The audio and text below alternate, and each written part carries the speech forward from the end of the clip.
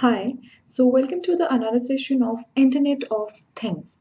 So in this class of Internet of Things today we will discuss about the spectrum for your IoT technology or the various frequency bands which are required here for the successful operation of your IoT network.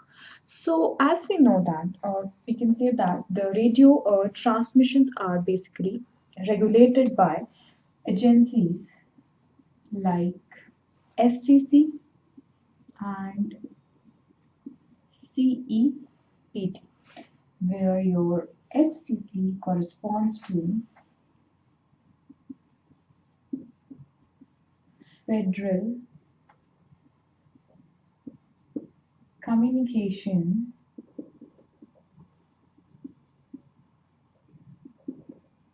Commissions in US, and CEPT is the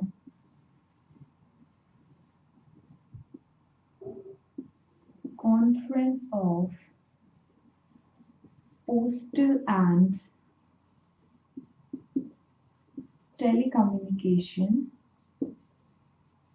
Administration in Europe. So that means these are the regulatory bodies which are responsible here for allocating the various usable frequency spectrums. So these allocate here the frequency bands for the various telecom or other operators for the radio transmitters. So most of the usable spectrum here is considered as the licensed spectrum or the licensed band. Your usable spectrum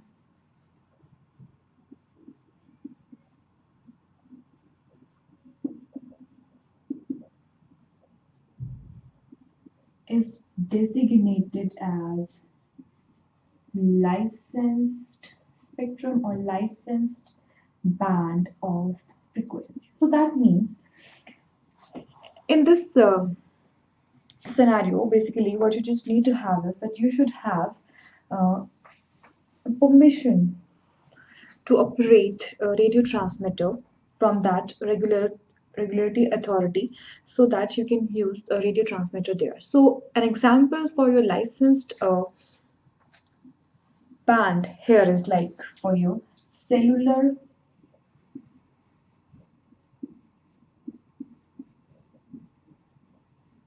communications, your telecommunication sector. So that is your all licensed spectrum. So there are worldwide auctions by these agencies so that they can sell this spectrum to the different telecom operators. So now there are certain licensed bands here for the different telecom, your cellular techniques like your GSM has 14 bands, WCDMA has 26, and 4G LT has support of 44 bands. So this is here for your licensed. But about that,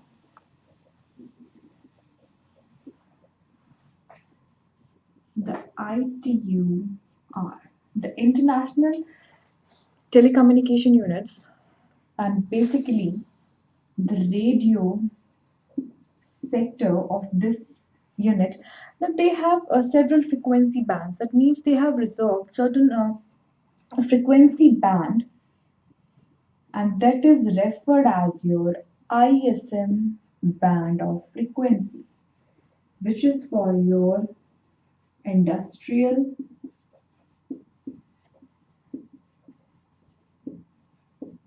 scientific, and medical applications band. So this band of frequencies here is not licensed. This is your unlicensed.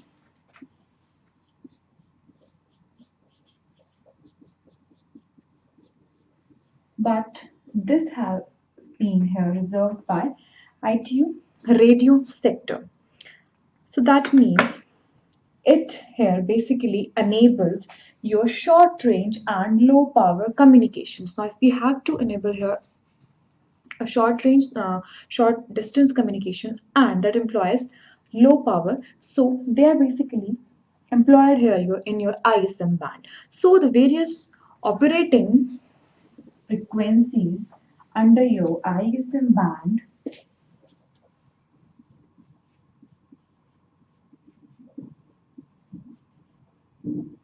they here range into a different number of, like starting from 433 megahertz, then 868 megahertz, 915 megahertz, and 2.4 gigahertz, and 5.7 gigahertz. So it basically has here employing in some parts 315 megahertz also, and somewhere 780 megahertz also. But these are here, these range of frequencies are worldwide available. So now, as I said earlier, that these are basically used for your short range communication and low power communications. Now let us see that what are the requirements of your IoT technology. Are they matching with this ISM band?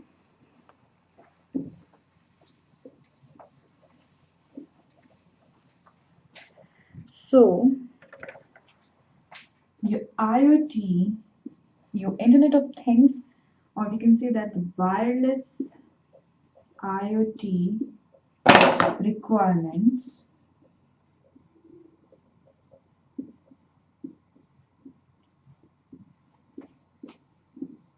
when we are talking about the spectrum, the requirements are low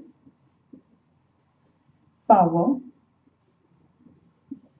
low cost, medium range, and moderate data rate.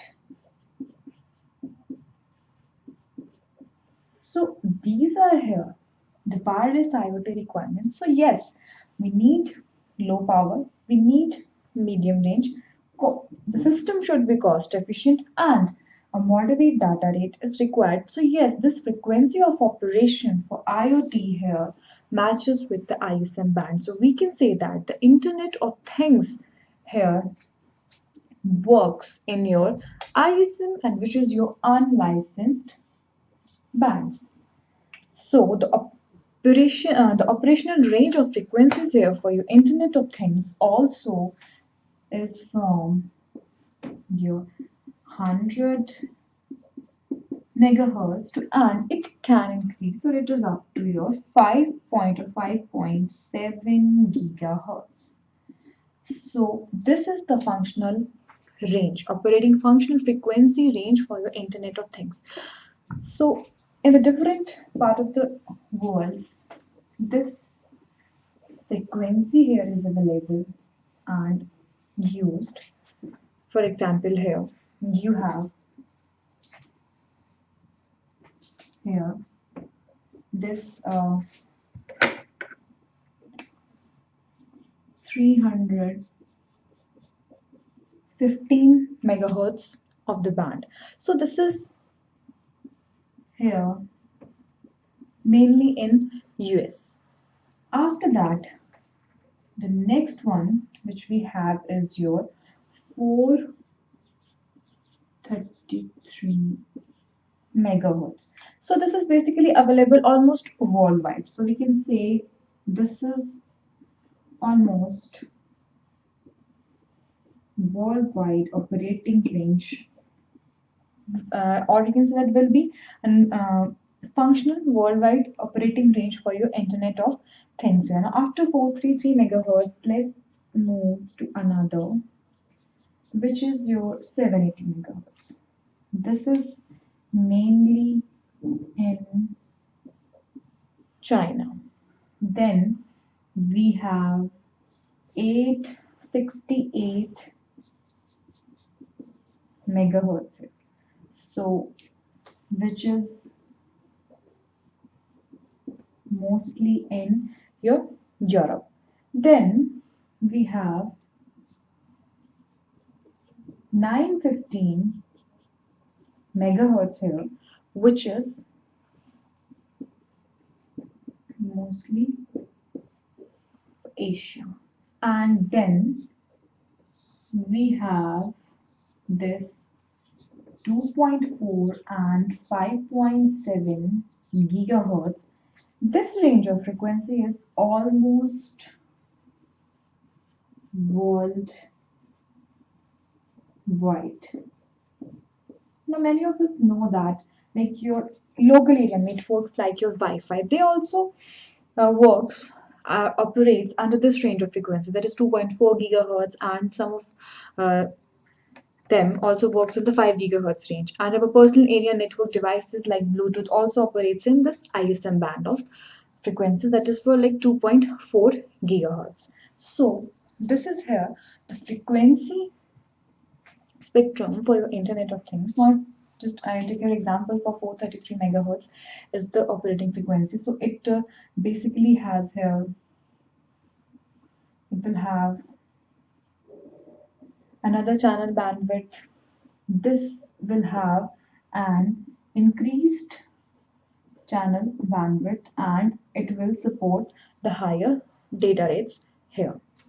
Now, so that's why the operating range of frequency that is suitable here for Internet of Things is this. So worldwide, this is mostly applicable to the Internet of Things here. Now, in Internet of Things, we have certain IoT enabling technologies. So that's also the reason, or we can say that due to these enabling technologies, it's preferred to operate your IoT networks over these frequency ranges. Now, if we look at the different operating enabling technologies here, we can clearly see that this is the appropriate spectrum for your IoT. Now, for let's say example, we have different categories of network. Here we will have an personal area network. Example for your personal area network is like Bluetooth. After that, you will have your NAN, which is your neighborhood area network.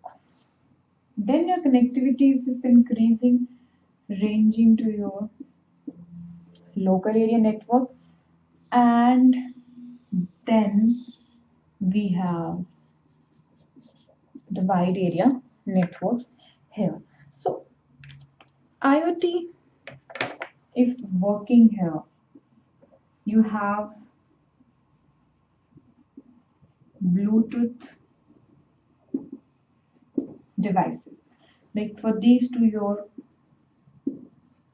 Wi-Fi will work. So these two here are operating in the functional range of 2.4 gigahertz and also on your 5 gigahertz of range. Now here you have your smart devices enabled with Bluetooth. You have certain wearable devices. So that will work in your personal area network. Those are your Internet of Things which have connectivity to the internet and operating in this area of network. Then it can extend to your neighborhood area network, monitoring your neighborhood, and then to your local area network where we have the Wi-Fi. Now we are in your Internet of Things using the low Bluetooth energy also. So that is also operating in this functional range. Now, after your personal area network, your Bluetooth low energy is used here.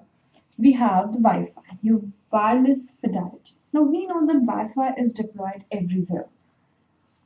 It is, you can say that, enabled for your computers, laptops, your iPads, your tablets, your smartphones. So this is the interesting feature of Wi-Fi that is making it a suitable future or extension from these applications to the age of Internet of Things. So that is likely to be acting as an media carrier for your Internet of Things. So here it operates in this also, and your 5.7, or we can say that 5 gigahertz operating range. Now after that, another technology here for your Internet of Things is your Zigbee module, which is also an IEEE standard like Wi-Fi. So this enabling technology will be embedded with your IoT network. So this also operates for your 2.4 gigahertz. Rather, it also supports the 868 megahertz and the 915 megahertz band. Your Zigbee. After Zigbee, we have another, which is your this. So this is your IPv6 over low power wireless area personal area network. So this is basically, or this standard has basically been introduced to provide the IP connectivity to every device. That means that to every smart object. So the promise of this technology here is just to provide that every device should be IP connected. So this IPv6 over low power personal area network. So it is also a low power technique. So it is having the functional range of this 2.4 gigahertz, 868 to your 915 megahertz.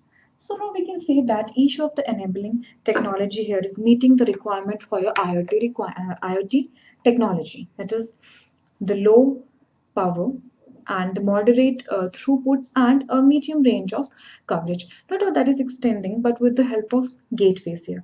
So these enabling technologies makes clear here that the operating frequency ranges here for IoT resides in your ISM band, unlicensed ISM band featured by ITU radio sector for your industrial, scientific and medical applications here. As we know that our IoT we are using here for your industrial applications, your retail, your manufacturing, your waste management systems, your healthcare systems, and like smart cities and traffic management systems. So that is how it makes this operating range suitable for the Internet of Things. So in this session, we just have studied about the spectrum for your Internet of Things network. So this is all here for today's session. Thank you so much.